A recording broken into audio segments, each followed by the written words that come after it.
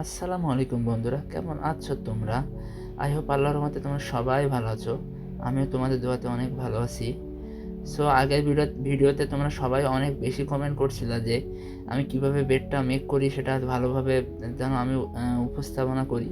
So আগের ভিডিওটাতে খুব একটা ভালো হয়েছে না, যার জন্য আজকে নতুন করে একটা ভিডিও মেক করলাম। সো দেখতে থাকো কিভাবে আমি ভিডিওটা তৈরি করি। আসলে ভিডিও দেখার আগে তোমাদের কিছু কথা আমি বলতে চাই। তোমরা যদি মনে উপস্থাপনা করো যে তোমরা হাউসকিপিংয়ে রুম অ্যাটেন্ডেন্টের কাজ করবা, বা যেটাকে বলে রুম বয়, এই কাজটা করবা, তো প্রথমে তোমাদের সব থেকে বেশি যেটা ফোকাস করা লাগবে সেটা হলো বেড। তো বেড যদি তোমাদের একটু টাইট বা সুন্দর না হয়, তাহলে মনে করো রুমের ভিতরে আর কোনো জিনিসই দেখতে সুন্দর লাগে না। সো আমি এটা মনে করি যে অ্যাট ফার্স্ট আমাদের প্রয়োজন বেডটা টাইট করা। সো বেডের উপরে সর্বপ্রথম একটা গেস্ট যখন রুমে চেক ইন করে বা রুমে যখন ঢুকে, তখন সর্বপ্রথম যেটা খেয়াল করে সেটা হলো বেড। সো আমি সব থেকে বেশি কেয়ারফুলি যেটা করি সেটা হলো বেড মেক করা খুব টাইটলি এবং খুব সুন্দরভাবে স্নিগ্ধভাবে পিলো কভারগুলো খুব ভালোভাবে বসাই। দেখতে পাচ্ছ অলমোস্ট ডান। ডুয়েট কাভারও পরাই ফেললাম, বেডশিটও পরানো শেষ। প্রথমে বেডশিট পরালাম, ডুয়েট কাভার পরানো শেষ। এখন আমি টাইট করবো আর কি পিছন দিক দিয়ে। সো বেড বানানো অলমোস্ট ডান। এখন আমরা টাইট করব। বেডটা টাইটের উপরে ডিপেন্ড করে বেডটা কতটা সুন্দর এবং স্মুগ্ধকর হবে। সো দেখো এইভাবে বেডটা তৈরি করবা। সো তোমরা একটু কষ্ট হলেও হাউসকিপিংয়ের কাজে যদি আমি সাজেস্ট করো হাউসকিপিংয়ের রুম অ্যাটেন্ডেন্টের কাজ করতে পারো তোমরা।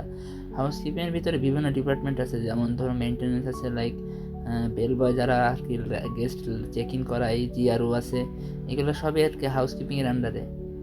সো আমি সাজেস্ট করবো তোমরা রুম অ্যাটেন্ডেন্টের কাজটা করো, কারণ পৃথিবীর সব দেশেই বড় বড় রাষ্ট্রে কিন্তু 5 স্টার হোটেল আছে এবং সবাই সেখানে হাউসকিপিংয়ের কাজ করতে পারে এবং একটা ভালো অ্যামাউন্টের একটা স্যালারি পাই। তোমরা সবাই যেন আমি মালদ্বীপে থাকি এবং মালদ্বীপে একটা 5 স্টার হোটেলে জব করি আর কি। সো অলমোস্ট ডান বেড বানানো। এখন দেখো পিলো কভার কীভাবে পড়াতে হয়। দেখো পিলো কভার পড়ানো খুব ইজি, একজন মানুষ একভাবে পিলো কভার পড়ায়। সো আমি যেটা ফলো করি, যেভাবে করি সেটা দেখো। এটাকে বলে বেড রানার। বেড রানার দিলাম। বেড রানারটা খুব সুন্দরভাবে বসাবা। পিলো কভার পরানোর আগে একটা কথা বলবো, পিলো কভার পরানোর আগে 2 সাইড দিয়ে আর কি বসাবা, যেটা তোমাদের জন্য হেল্পফুল হবে, অনেক বেশি কষ্টেও কম হবে এবং খুব দ্রুত কাজটা করতে পারবা। আর পিলো কভার বসাবা, যেটা বালিশ বলে আর কি, বালিশটা বসাবা খুব স্ট্রেট করে, কারণ বালিশ যদি একটু শোয়ানো হয়, স্ট্রেট না হয়, তাহলে দেখতেও সুন্দর লাগে না।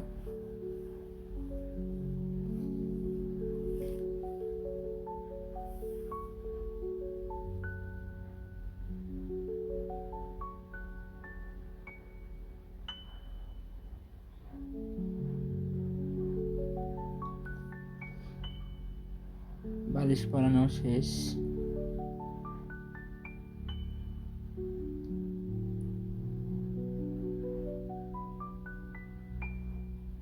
দেখতে দেখতে বেডটা বানানো হয়ে গেল। তোমরা ভিডিওটা কেমন হলো কমেন্ট করবা এবং বলবা যে কতটুকু শিখতে পারছো। সো আজকে এই পর্যন্ত ছিল ভিডিওটা। সবাই ভালো থাকবা, সুস্থ থাকবা এবং আমার জন্য দোয়া করবা, আমি যেন ভবিষ্যতে আরও ভালো কিছু করতে পারি আর তোমাদের জন্য ভালো ভিডিও আনতে পারি।